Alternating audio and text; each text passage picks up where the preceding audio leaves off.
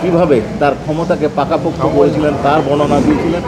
এক কথায় শেখ হাসিনার স্বৈরশাসক হয়ে ওঠার কাহিনী এবং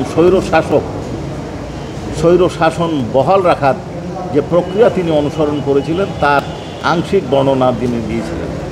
আজকে এই সরকারের পতনের বিষয়ে উনি আলোচনা করেছেন এবং বিভিন্ন উদাহরণ টেনেছেন। তার মধ্যে প্রথম উদাহরণ ছিল হিটলার এবং মুসোলিনি কি প্রক্রিয়ায় ইহুদি ধর্মাবলম্বীদেরকে হত্যা করেছিল।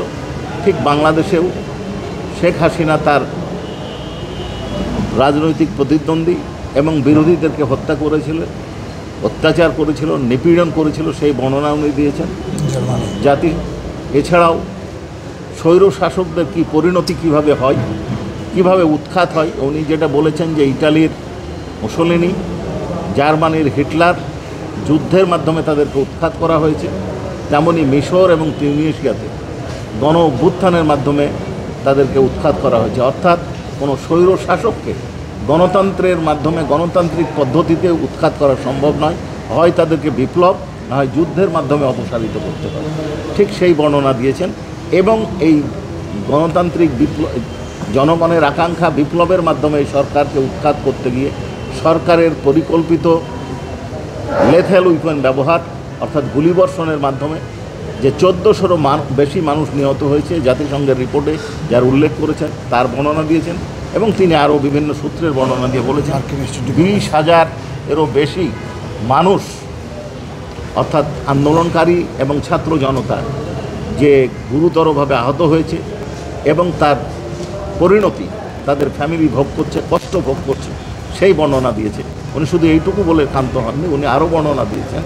সেটা হচ্ছে যে এই জুলাই বিপ্লব চলাকালীন সময়ে যে শুধু মানবতা বিরোধী অপরাধ সংঘটিত হয়েছে তা নয়, তার 15 বছর এর স্বৈর শাসন আমলে কীভাবে বিরোধীদের ওপর অত্যাচার করা হয়েছে, কীভাবে নির্বাচনগুলো করা হয়েছে এবং এই কারণে অন্য সংস্থাগুলা, জাতিসংঘের আরও সংস্থা, মার্কিন স্টেট ডিপার্টমেন্ট এবং বিভিন্ন ইউরোপিয়ান ইউনিয়ন সহ আরও সংস্থা তাদের বিরুদ্ধে যে ব্যবস্থা গ্রহণ করেছে, যে প্রস্তাব পাশ করেছিলেন তার বর্ণনা দিয়েছেন এবং সর্বশেষে তিনি কামনা করেছেন, আকাঙ্ক্ষা পোষণ করেছেন, যেহেতু এই সরকারকে জন আকাঙ্ক্ষার মাধ্যমে জনবিপ্লবের মাধ্যমে উৎখাত করা হয়েছে, দ্বিতীয় বিশ্বযুদ্ধের পর যেমন হিটলার এবং মুসোলিনির আগমন যেন না ঘটে, নেভার এগেন এই শব্দটা উনি ব্যবহার করেছেন 2 বার, অর্থাৎ বারবার আবার যেন এই শাসন ফিরে না আসে। উনি আশা করছেন বাংলাদেশে এই বিপ্লবের মাধ্যমে এই বিপ্লবের প্রতিপক্ষ হিসেবে তারা যে অপরাধ সংগঠন করেছে এই আকাঙ্ক্ষা থেকে জনগণের আকাঙ্ক্ষা এই স্বৈর শাসন যেন এদেশে ভিন্ন কোনো ফর্মে ফেরত না আসে এই বলে এবং শাস্তি দাবি করে উনি তার বক্তব্য শেষ করেছেন। বক্তব্যের পর জেরা শুরু হয়েছে। যে বলুন এই জায়গাটা আপনি যেটা বলেছিলেন যে উনি বলছেন যে 1400 যে জুলাই যোদ্ধা যে নিহত হয়েছেন, শহীদ হয়েছেন এবং 20,000 যে আহত যারা আছেন তারা একটা শোক নিয়ে আছেন, তারা বিচারটা দেখতে চান। উনি যেটা বলেছেন বলবেন প্লিজ। উনি 3টা কথা বলেছেন যে জাতিসংঘের রিপোর্টে 1400 মানুষকে হত্যাকাণ্ডর ঘটনা বলা হয়েছে।